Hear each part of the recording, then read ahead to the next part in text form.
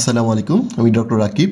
তো আজকে আমরা আলোচনা করব জোলিঙ্গার এলিসন সিনড্রোম নিয়ে। তাহলে এই জোলিঙ্গার এলিসন সিনড্রোমটা কি আমরা জেনে নিই চলুন। তাহলে Zollinger Ellison syndrome is characterized by gastric acid hyper secretion. অর্থাৎ এখানে কী হবে, আমাদের গ্যাস্ট্রিক অ্যাসিড অর্থাৎ HCl এর হাইপার সিক্রেশন হবে। এবং আমরা জানি এই HCl কি একটা স্ট্রং অ্যাসিড। তো এটা যদি অনেক বেশি পরিমাণে সিক্রেশন, তাহলে কী করবে, সে আমাদের বডিতে আলসার করবে, অর্থাৎ সিভিয়ার পেপটিক আলসারেশন। এটা কেন হচ্ছে? এটা হচ্ছে আমাদের যে গ্যাস্ট্রিক সিক্রেশন হয় অর্থাৎ জিসেল, এই জিসেলের টিউমার হবে। তাহলে আমরা জানি টিউমার হলে কী হয়, সেখান থেকে সিক্রেশন বেশি হয়। অর্থাৎ টিউমার মানে কি, সেলের মাসটা বেড়ে যাবে, অর্থাৎ গ্যাস্ট্রিক সিক্রেশনটা কী হবে, বেড়ে যাবে। এবং এই গ্যাস্ট্রিন বা জি সেলের যে টিউমার, সেটাকে আমরা বলি গ্যাস্ট্রিনোমা। এই গ্যাস্ট্রিনোমা হওয়ার কারণে কী হবে, গ্যাস্ট্রিন সিক্রেশনটা বেড়ে যাবে। এবং বা এটা হচ্ছে একটা নিউরো এন্ডোক্রাইন টিউমার। এবং এটা হচ্ছে 30 থেকে 50 বছর বয়সে কমনলি হয়ে থাকে। এটা কী হয়, 30 থেকে 50 বছর বয়সে কমনলি হয়ে থাকে। এবং এটার প্যাথোফিজিওলজি দেখি, এখানে কি হচ্ছে, গ্যাস্ট্রিন সিক্রেশন বেড়ে যাচ্ছে। এবং এই গ্যাস্ট্রিনের কাজ হচ্ছে দুইটা, একটা হচ্ছে HCl সিক্রেশন বাড়াই দেওয়া। এই গ্যাস্ট্রিনের কাজ কয়টা? দুইটা। কী কী? একটা হচ্ছে ইনক্রিজ HCl সিক্রেশন,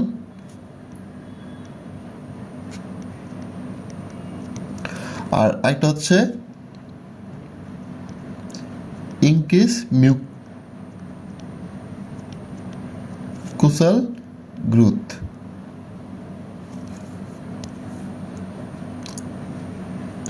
অর্থাৎ ইন্টেস্টাইনের যে মিউকোসা, এই মিউকোসার গ্রোথ করবে, বাড়াবে। তাহলে যেহেতু এটার একটা কাজ হচ্ছে HCl সিক্রেশন করা, সো যখন এই গ্যাস্ট্রিন লেভেলটা বেড়ে যাবে, তখন কী হবে, HCl সিক্রেশনটা বেড়ে যাবে।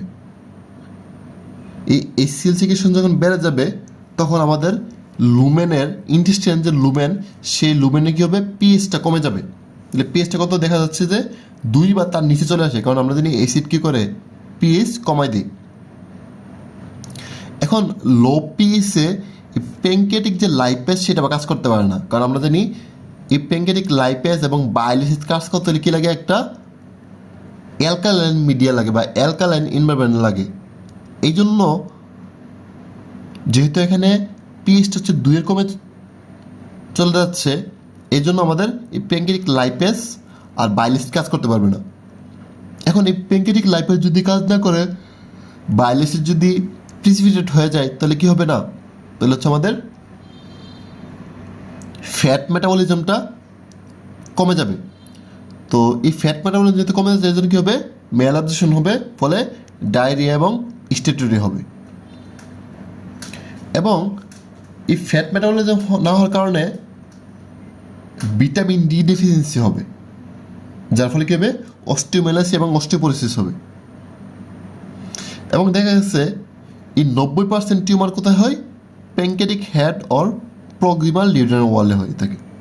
তাহলে আমরা এই প্যাথোফিজিওলজি আমরা যদি একটু বোঝার চেষ্টা করি, এটার পুরো জিনিসটা যদি আমরা একটা চার্টে নিয়ে আসতে চাই, তাহলে হচ্ছে জোলিঙ্গার এলিসন সিনড্রোম কি, টিউমার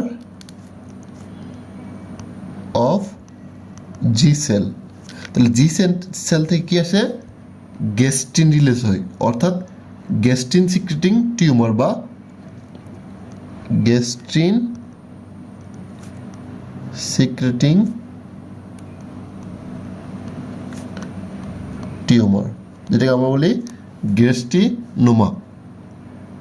এখন যেহেতু গ্যাস্ট্রিন সিক্রেটিং টিউমার অর্থাৎ জি সেলের টিউমার, তাহলে জি সেল থেকে হবে, জি সেল থেকে হচ্ছে গ্যাস্ট্রিন সিক্রেশন বেড়ে যাবে, ইনক্রিজ গ্যাস্ট্রিন সিক্রেশন।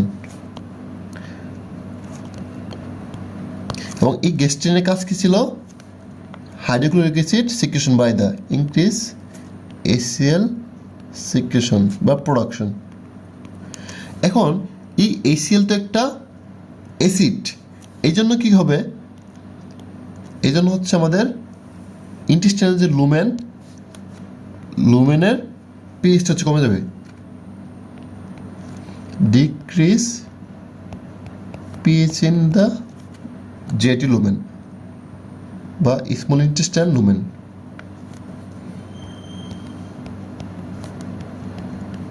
টিনাল লুমেন। এবং অন্যদিকে কী হচ্ছে, যেহেতু HCl বেশি বেশি সিক্রেশন হচ্ছে, ফলে কী হবে, HCl তো একটা স্ট্রং অ্যাসিড, সে কী করবে, বেশি সিক্রেশনের কারণে সে কী করবে, আলসার করবে। অর্থাৎ যেখানে যেখানে অ্যাসিডটা হচ্ছে কনসেন্ট্রেশন বেশি হবে সেখানে কী হবে, আলসার হবে। এই জন্য কী হবে, আলসারটা মাল্টিপল সাইডে হবে। তাহলে ulcer in the multiple side. তোমরা মনে রাখবা পরীক্ষার কোশ্চেনে এই ক্লুটা দিয়ে দিতে পারে যে ulcer in the multiple side of the gastric. তো যেহেতু আলসার হচ্ছে, তাহলে আলসার আমরা কী পাই, ব্লিডিং হচ্ছে পারফোরেশন।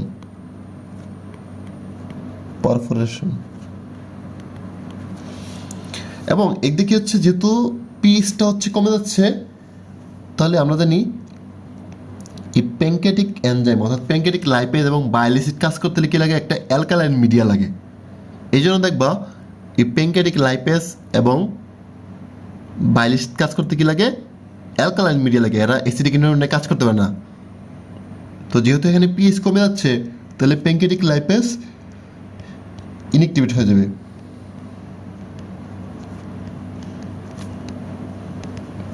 লাইপেজ ইনএক্টিভেট এবং বাইল অ্যাসিড কী হবে, প্রিসিপিটেট।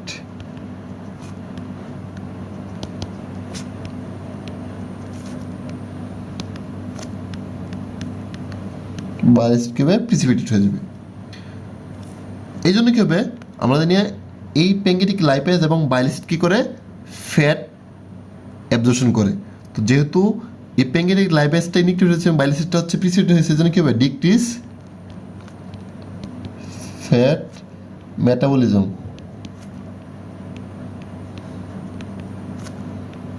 অর্থাৎ ফ্যাট ডাইজেশন হইতে পারবে না, অ্যাবজর্পশন হইতে পারবে না।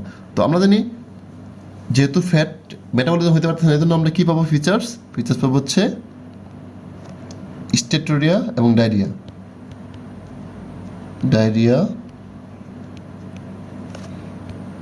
স্টেটোরিয়া।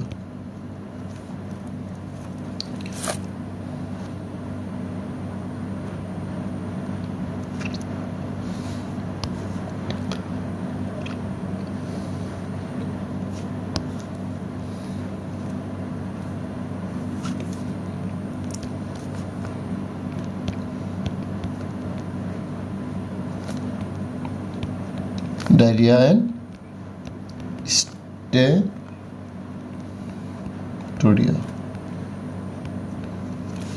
আর অন্যদিকে কী হবে, যেহেতু ফ্যাট মেটাবলিজম কমে যাচ্ছে, জন্য কী হবে, ম্যালঅ্যাবজর্পশন।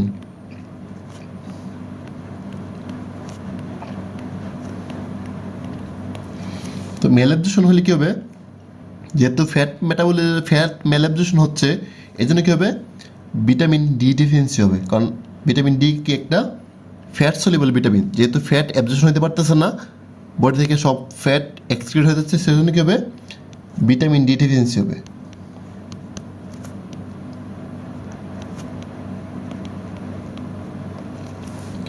ফলে ভিটামিন ডি ডিফিসিয়েন্সি হচ্ছে, সেজন্য কী হবে, অস্টিওম্যালাসিয়া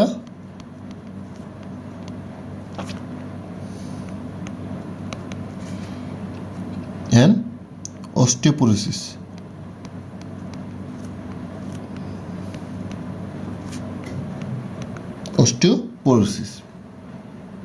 ওকে, তাহলে আমরা দেখো কী কী পাচ্ছি, ব্লিডিং এবং পারফোরেশন, ডায়রিয়া, স্টেটোরিয়া এবং ভিটামিন ডি ডেফিসিয়েন্সি কী পাবো, অস্টিওমেলাসিয়া, অস্টিওপোরোসিস।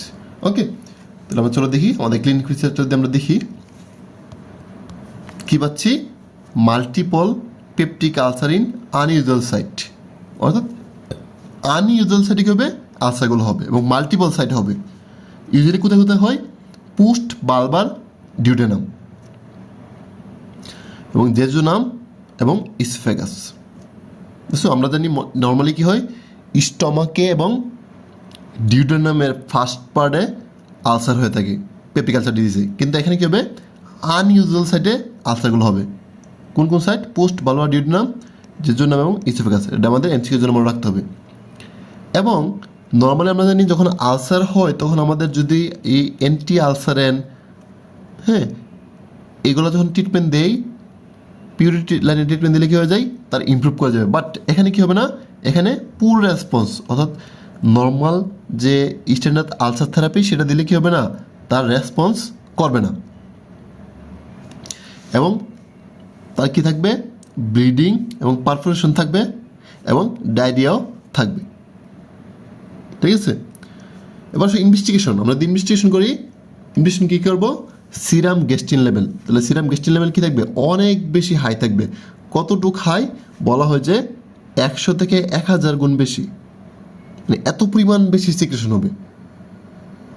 তাহলে আমাদের ইনভেস্টিগেশন থেকে একটা মনে রাখতে হবে, সিঙ্গেল বেস্ট ইনভেস্টিগেশন হচ্ছে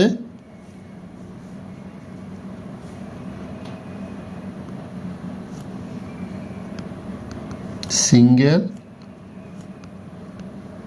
বেস্ট ইনভেস্টিগেশন হচ্ছে সিরাম ফাস্টিং গেস্টিং,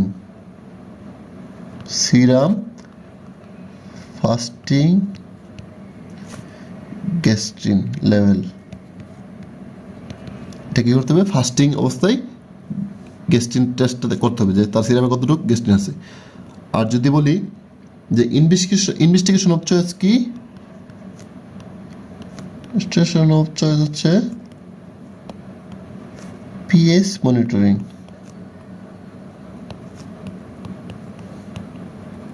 পিএস মনিটরিং। আর কনফার্মেটরি টেস্ট যদি আমরা বলি, কনফার্মেটরি টেস্ট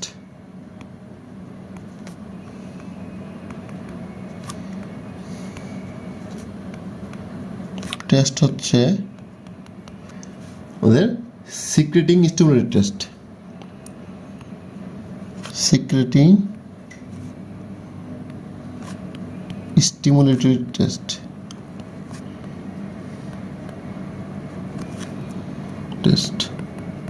আমাদের এই তিনটে জিনিস মনে রাখা উচিত যে সিঙ্গেল বেস্ট ইনভেস্টিগেশন হচ্ছে serum fasting gastrin, investigation choice হচ্ছে পিএস মনিটরিং, আর কনফার্মেটরি টেস্ট হচ্ছে সিক্রেটিং স্টিমুলেটরি টেস্ট। এবার আসো ম্যানেজমেন্ট। তাহলে এখানে কী হচ্ছে, অনেক বেশি পরিমাণে এসিএল সিক্রেশন হচ্ছে, এই জন্য আমাদের কী করতে হবে, হাই ডোজ পিপিআই দিতে হবে। হাই ডোজ পিপিআই দিলে সে করবে গ্যাস্ট্রিক অ্যাসিড সিক্রেশনটাকে কমাবে এবং আলসারটাকে হিল করতে সাহায্য করবে এবং ডায়রিয়াটা এলিভেট হয়ে যাবে। এবং যেহেতু এখানে গ্যাস্ট্রিন সিক্রেশন হচ্ছে অনেক বেশি পরিমাণে টিউমারের কারণে, এই জন্য আমরা কী দিব, সোমাটোস্টেটিন অ্যানালগ। এই সোমাটোস্টেটিন কী করে আমরা জানি, সোমাটোস্টেটিন হচ্ছে গ্যাস্ট্রিন সিক্রেশনকে ইনহিবিট করে। তাহলে সোমাটোস্টেটিন অ্যানালগ দিব। তাহলে সোমাটোস্টেটিন অ্যানালগ কী আছে, আমরা যদি দেখি অকট্রিওটাইড, ড্রাগটার নাম কি, অকট্রিওটাইড